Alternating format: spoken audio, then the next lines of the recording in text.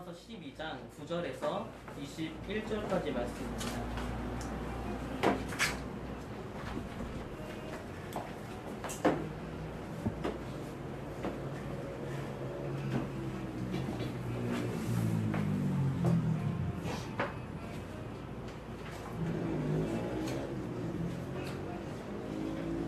네, 다 찾으셨으면 제가 먼저 읽고 한 절씩 교독하도록 하겠습니다. 사랑에는 거짓이 없나니 악을 미워하고 선에 속하라. 형제를 사랑하여 서로 우애하고 존경하기를 서로 먼저 하며 부지런하여 게으르지 말고 열심을 품고 주를 섬기라. 소망 중에 즐거워하며 환난 중에 참으며 기도에 항상 힘쓰며 성도들의 쓸 것을 공급하며 손 대접하기를 힘쓰라. 너희를 박해하는 자를 축복하라. 축복하고 저주하지 말라. 즐거워하는 자들과 함께 즐거워하고 우는 자들과 함께 울라. 서로 마음을 같이하며 높은 데 마음을 두지 말고 도리어 낮은 채 처하며 스스로 지혜 있는 채 말라. 아무에게도 악을 악으로 갚지 말고 모든 사람 앞에서 선한 일을 도모하라. 할 수 있거든 너희로서는 모든 사람과 더러 화목하라. 내 사랑하는 자들아, 너희가 친히 원수를 갚지 말고 하나님의 진노하심에 맡기라. 기록되었을 때 원수 갚는 것이 내게 있으니 내가 갚으리라고 주께서 말씀하시니라. 내 원수가 줄이거든 먹이고 목마르거든 마시게 하라. 그리함으로 내가 수고를 그 머리에 쌓아 놓으리라. 함께 읽겠습니다. 악에게 지지 말고 선으로 악을 이기라. 아멘. 얼마 전에 비정상 회담이라는 프로그램을 통해서 노르웨이라는 나라에 대해서 접하게 됐습니다. 그 프로그램의 주제는 보이지 않는 계급에 대한 그 주제를 가지고 이야기를 나눴는데요. 가장 살기 좋은 나라 1위로 꼽히는 노르웨이에서는 소위 흑수저, 금수저 뭐 이렇게 불리는 보이지 않는 계급 이런 문제가 존재하지 않는다고 합니다. 왜냐하면 그 나라는 의료도 그렇고 모든 공공 서비스가 다 무료이기 때문입니다. 공부 열심히 해라. 좋은 대학 가야지. 좋은 직장 취업해서 꼭 성공하고 돈 많이 벌어라. 이런 어떻게 보면 우리에게 큰 부담을 주는 현실적인 요구들이 노르웨이에서는 존재하지 않습니다. 그렇기 때문에 어떤 돈에 대한 또 학업에 대한 압박도 없고 치열한 삶에 대한 투쟁도 없는 곳입니다. 그 투쟁이 없는 그 빈자리에는 오직 여가, 여유, 그리고 행복, 휴식 이런 것만 존재합니다. 참 부러운 나라입니다. 제가 한 몇 달 전에 피로사회라는 제목으로 설교를 한 적이 있는데요. 그때 당시 안식과 여유라는 주제를 가지고 설교를 했습니다. 우리나라가 평균 노동시간이 8.7시간이라고 해요. OECD 국가 중에서 두 번째로 많은 시간을 일을 합니다. 비단 근무 시간이 길다는 것뿐만 아니라 사회적인 안정이나 성공을 위해서는 치열하게 경쟁해야 되고 또 자신을 착취해야 되는 시대이기 때문에 우리 사회를 피로사회라고 부릅니다. 하지만 제가 이 설교문을 잘 정리를 해서 페이스북에 올렸는데요. 독일로 유학을 갔던 지사님께서 거기에 댓글을 다셨습니다. 그 댓글 내용은 제 이 설교문이 독일에서는 유효하지 않다는 것입니다. 왜냐하면 독일이라는 나라는 이미 피로사회가 아니라 여유로운 사회이기 때문이죠. 우리가 무엇인가 간절히 원하는 가치가 있지만 그 가치가 이미 이루어진 나라에서는 더 이상 그 가치가 중요하다라고 가르칠 필요가 없습니다. 수많은 사람들이 예수 그리스도를 따랐던 이유는 그 예수님이 진실하고 또 선하시고 그리고 사랑이 넘쳤기 때문입니다. 당시에 불의한 핍박과 그리고 착취에 괴로워했던 사람들, 그리고 사회적으로나 아니면 종교적으로 차별을 받았던 사람들은 진실하고 또 선하고 자신들을 사랑으로 대해줬던 예수 그리스도를 따랐습니다.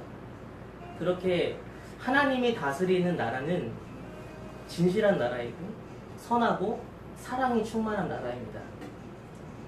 그렇기 때문에 예수 그리스도를 믿고 예수 그리스도를 따르는 이 교회에서는 더 이상 어떤 사랑에 대한 그리고 선함에 대한 가르침이 필요가 없습니다. 오히려 그 가치를 소망하는 사람들이 모여드는 공동체이기 때문이죠. 초대교회는 그렇게 수많은 사람들에게 칭송을 받았던 공동체였고, 그리고 수많은 사람들이 모여드는 그런 공동체였습니다. 우리는 이것을 통해서 교회가 회복해야 될, 그리고 다시 한번 추구해야 될 가치가 무엇인지를 한번 깨닫게 됩니다. 로마서를 비롯해서 사도 바울이 썼던 편지는 어떤 일정한 형식을 갖추고 있습니다. 그래서 전반부에는 이론에 대해서 이야기를 하고요. 후반부에는 실천에 대해서 이야기합니다. 다시 한번 얘기하면 전반부에는 진리란 이것이다 라는 것을 가르치고, 후반부에는 그 진리를 잘 간직한 채 우리가 어떻게 살아가야 되는가, 이것에 대해서 가르치는 것이 사도 바울이 편지를 썼던 양식입니다. 오늘 우리가 함께 읽은 이 본문은 그리스도인으로서 우리가 믿음을 가지고 이제는 이 세상 속에서 어떻게 살아가야 되는가, 그것을 가르친 첫 부분이라고 할 수 있습니다. 그래서 오늘 본문 9절부터 13절까지는 신앙생활을 어떻게 해야 되는지, 그리고 14절부터 21절까지는 우리가 살아가는 이 현실 세계에서 우리는 어떤 믿음을 가지고 살아가야 되는지, 이것에 대해서 나누어서 이야기를 하고 있습니다. 하지만 오늘 본문은 결코 사도 바울의 가르침은 아닙니다. 그리고 예수님의 가르침도 아닙니다. 이것은 예수님의 삶 그 자체였습니다. 예수님은 말로만 가르친 것이 아니라 이 말씀대로 사셨고, 사도 바울은 예수님을 핍박하던 사람이었지만 그를 사랑했던 그 예수 그리스도의 사랑, 그리고 그 삶 그 자체를 본받으라고 바울은 오늘 얘기하고 있는 것입니다. 우리 9절의 말씀을 함께 같이 볼까요? 9절 말씀을 한번 같이 읽어보도록 하겠습니다. 시작. 사랑에는 거짓이 없나니 악을 미워하고 선에 속하라. 사도 바울이 가장 먼저 강조하고 있는 것이 거짓이 없는 진실한 사랑입니다. 사랑은 의무를 진심으로 바꾸는 힘이 있습니다. 제가 며칠 전에 일본 단기 선교를 다녀왔는데요. 저희 팀원 중에 한 명이 목회자의 자녀였습니다. 그래서 목사님의 딸이라는 사람들의 시선 때문에 어쩔 때는 의무적으로 열심히 해야 될 때가 있고, 그리고 분에 넘치는 섬김 때문에 많이 지쳐 있기도 했습니다. 근데 이제 이 친구가 이번 단기 선교만큼은 내가 의무가 아니라 정말 진심으로 섬길 수 있어서 너무 행복했다라는 고백을 하더라고요. 이것처럼 제가 그 친구의 나눔을 듣고 한 가지 깨달은 게 있습니다. 사랑은 의무를 진심으로 바꾼다. 이게 인간관계에서도 그렇고, 특별히 직장 상사와의 관계에서 우리가 때로는 의무적으로 행동해야 될 때가 있잖아요. 영혼 없이, 진심 없이 의무적으로 행동할 때도 있고, 사랑하는 사람과의 관계에서도 때로는 사랑보다, 진심보다는 의무적으로 행동할 때가 있습니다. 하지만 사랑은 우리가 의무적으로 행동하는 모든 행동을 진심으로 바꾸는 힘이 있습니다. 신앙생활도 마찬가지인데요. 때로는 우리가 예배를 드리는 것도, 묵상하는 것도, 기도하는 것도 의무적일 때가 있습니다. 예수님이 공생애를 하셨을 당시 바리새인들도 그런 의무적인 신앙생활에 빠져 있었습니다. 혹시 이 자리에 예배를 드리러 온 우리들의 마음속에 하나님을 사랑하는 마음이 더 크지 않고 의무적으로 이 자리에 참석하고 계시다면, 또 우리의 요즘의 신앙생활이 의무적으로 하고 있다면, 오늘 이 시간을 통하여서 하나님을 진심으로 사랑할 수 있게 되기를 원합니다. 거짓 없는 그 진실한 사랑은 본래 하나님의 성품입니다. 사랑은 창조의 연료이기도 하고, 또 우리를 향한 구원의 원동력이기도 합니다. 왜냐하면 하나님은 이 세상을 이처럼 사랑하사 독생자 예수 그리스도를 보내셨고, 또 예수님은 아버지께서 나를 사랑한 것 같이 나도 너희를 사랑했으니 나의 사랑 안에 거하라, 이렇게 이야기를 합니다. 하나님이 독생자 예수 그리스도 우리에게 보내신 그 이유, 그리고 예수님이 십자가에서 죽기까지 그 말씀이 순종했던 이유는 단 한 가지, 우리를 사랑하셨기 때문입니다. 이 세상에서 가장 소중한 가치는 바로 사랑입니다. 성경도 믿음과 소망과 또 사랑은 영원히 있을진데 그 제일은 사랑이라고 가르치고 있습니다. 진실한 사랑만이 악을 선으로도 바꿀 수 있고 또 악을 대항하는 힘을 주기도 합니다. 죄악과 어둠이 가득했던 이 세상을 변화시키고 또 그 세상에서 우리를 구원할 수 있는 유일한 힘은 바로 하나님의 진실한 사랑밖에 없습니다. 예수님을 믿기 전에 제 삶은 사실은 거짓에 굉장히 많이 치우쳐져 있었습니다. 집안이 굉장히 가난했기 때문에 그것을 들키고 싶지 않아서 단 한 번도 내 자신에게도 또 다른 사람에게도 솔직하지 못했던 것 같습니다. 그리고 저는 뭐 별로 하나님과 상관없는 삶을 살았고 그리고 하루하루 살아가는 것이 절망 그리고 어둠뿐이었습니다. 제가 고등학교 때부터 글 쓰는 걸 참 좋아했었는데 제가 쓴 글의 내용을 다시 한번 이렇게 보니까 다 온통 주제가 죽음, 어둠, 절망 고등학교 2학년짜리가 뭐 그렇게 세상이 어두웠는지 그런 글들만 썼더라고요. 참 시간은 단지 저한테는 흘러가는 것 뿐이었고 어떤 밝은 미래에 대한 어떤 희망도 기대도 저에게는 없었습니다. 그렇게 어두웠던 제 삶과 또 때로는 절망 그리고 악한 저희 마음속에 그 모든 것을 단번에 뒤집을 수 있을 사랑이 제게 찾아왔습니다. 나를 변화시켜주신 이 하나님의 사랑은요, 아까 우리가 찬양으로 고백했던 것처럼 내가 무엇이 많건 적건 내가 건강하든 건강하지 않던 내 마음이 어떻든지 간에 그 어떤 것과 상관없이 내 존재 자체를 내 있는 모습 그대로를 사랑하시는 하나님의 사랑이었습니다. 하나님에게는 제 어떤 모습도 중요하지 않습니다. 하나님은 제 모든 걸 다 안아주길 원하시죠. 그 하나님의 사랑은 단번에 그리고 완벽하게 저를 변화시켜줬습니다. 그렇기 때문에 우리는 그 만남을 다시 태어난다, 중생이라고 고백하지 않습니까? 저를 바꿔놓으신 것뿐만 아니라 이 세상을 바꿀 수 있는 유일한 것, 그것은 바로 하나님의 사랑밖에 없습니다.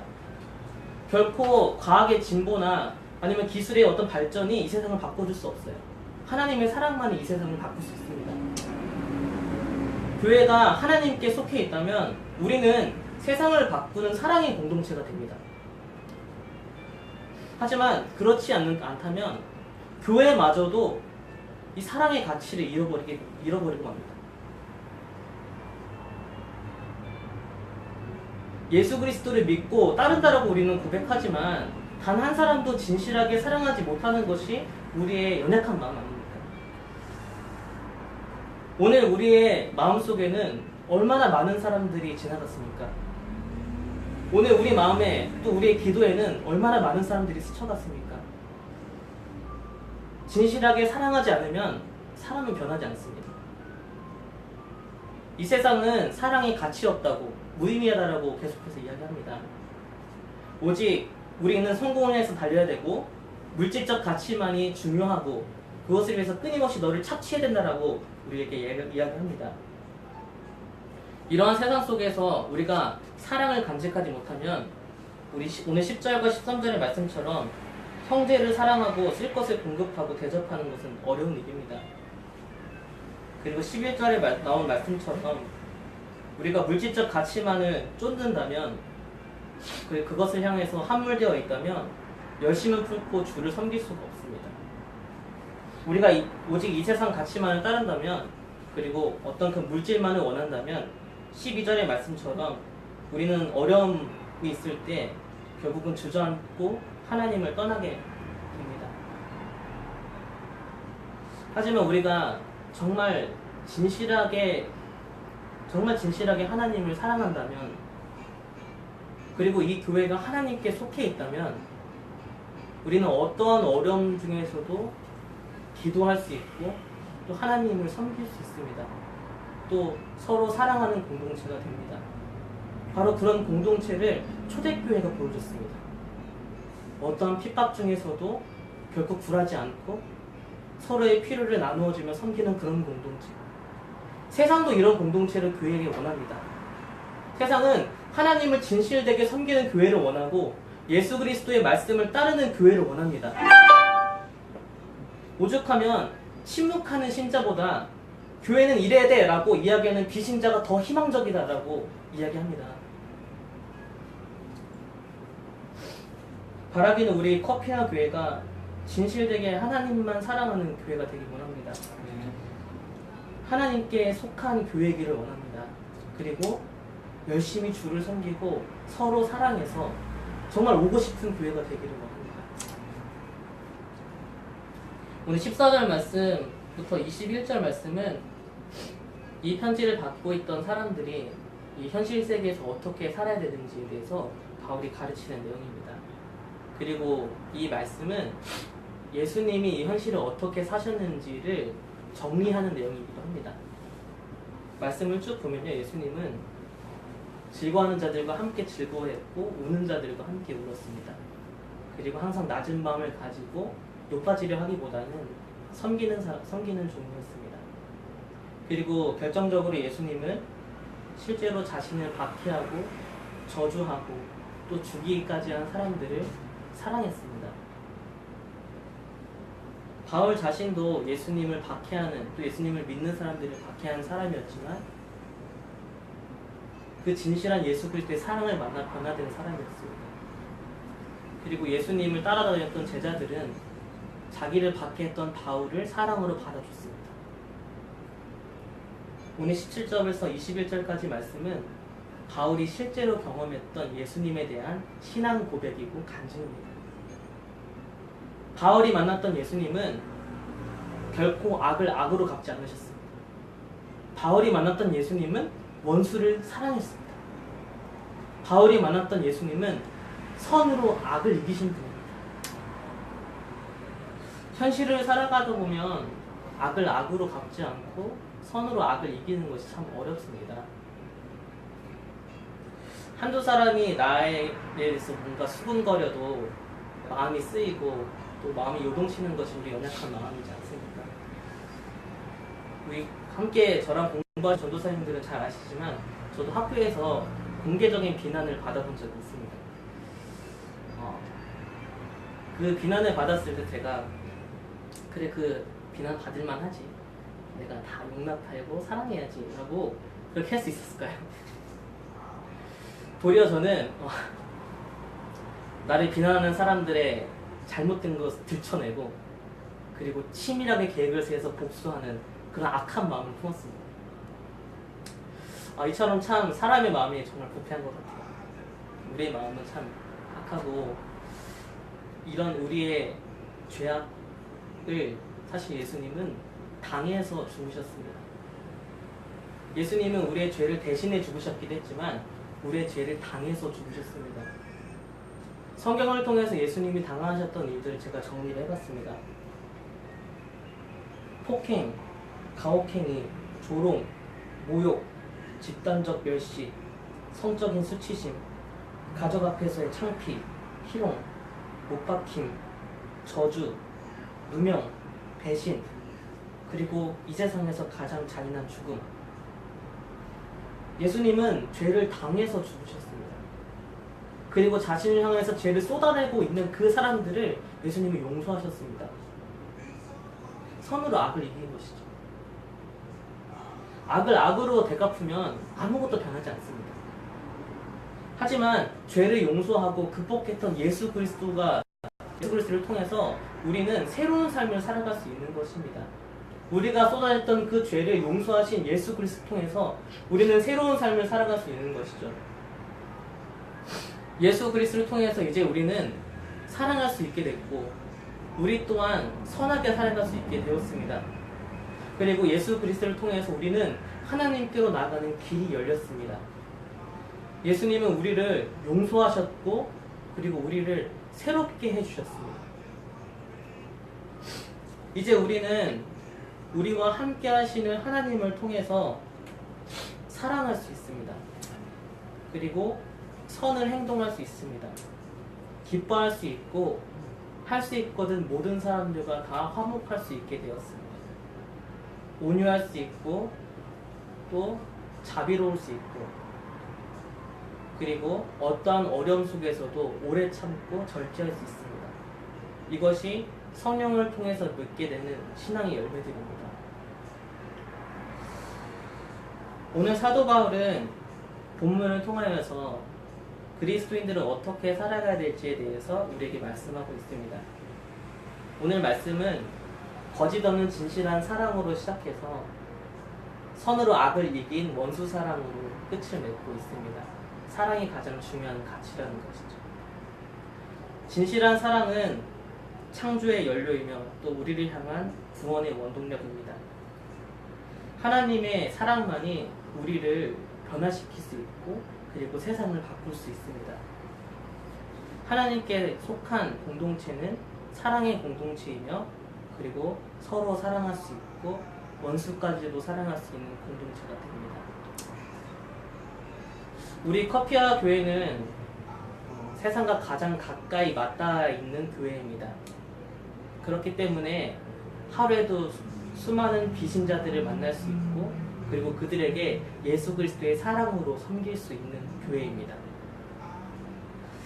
우리가 사랑의 공동체가 되어서 그것도 진실한 사랑의 공동체가 되어서 이 세상 속에서 선함을 찾고 정말 진실한 사랑을 찾는 사람들이 모일 수 있는 그런 교회가 되었으면 좋겠습니다. 그렇기 위해서는 먼저 우리 개개인이 하나님을 진실되게 사랑해야 합니다. 그리고 우리 공동체가 서로를 더 깊이 사랑해야 합니다. 그렇게 될 때 사랑과 선함을 찾고 있는 지금 이 시대 속에서 정말 하나님께 속한 공동체를 찾고 예수 그리스도의 말씀을 따르는 공동체를 찾는 많은 사람들이 이 몸된 교회에 속하게 되고 이 교회를 통하여서 하나님의 사랑을 경험하게 되기를 우리 함께 기도했으면 좋겠습니다. 오늘 이 말씀을 우리 함께 기억하면서 하나님께 우리의 사랑을 좀 고백하는 시간을 가지려고 합니다.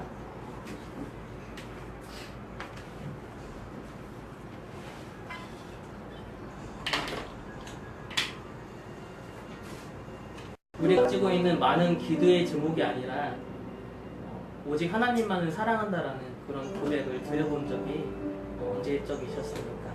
오늘 좀 마음 편하게 모든 것을 내려놓고 나를 있는 모습 그대로 사랑해 주셨던 그 하나님께 저도 이 시간 사랑을 고백합니다. 이런 고백을 담아서 우리 사랑의 노래 드리려는 찬양으로 같이 고백했으면 좋겠습니다.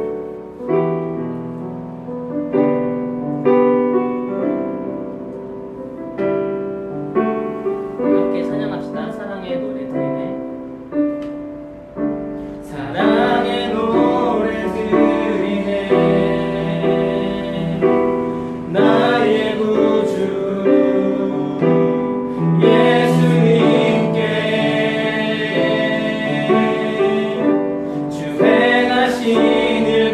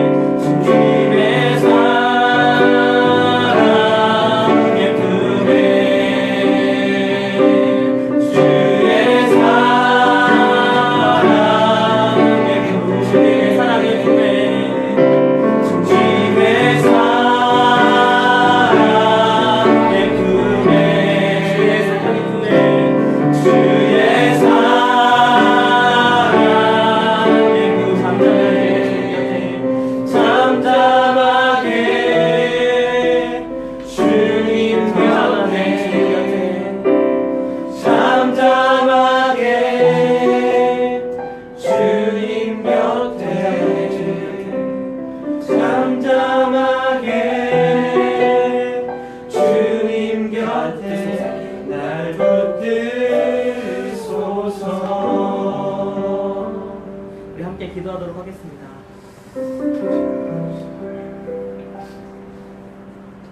우리를 있는 모습 그대로 사랑하셔서 우리의 죄를 용서하시고 우리를 구원해 주신 그 하나님 앞에 이 시간 우리의 진실한 사랑의 고백으로 나아가길 원합니다. 의무적인 신앙생활이 아니라 나를 사랑하신 그 하나님의 사랑 때문에 나도 주님께 사랑을 고백하며 나도 주님께 내 사랑을 드리다라는 믿음의 고백과 사랑의 고백으로 이 시간 주님께 나아갔으면 좋겠습니다. 함께 기도하며 나갑시다. 기도합시다.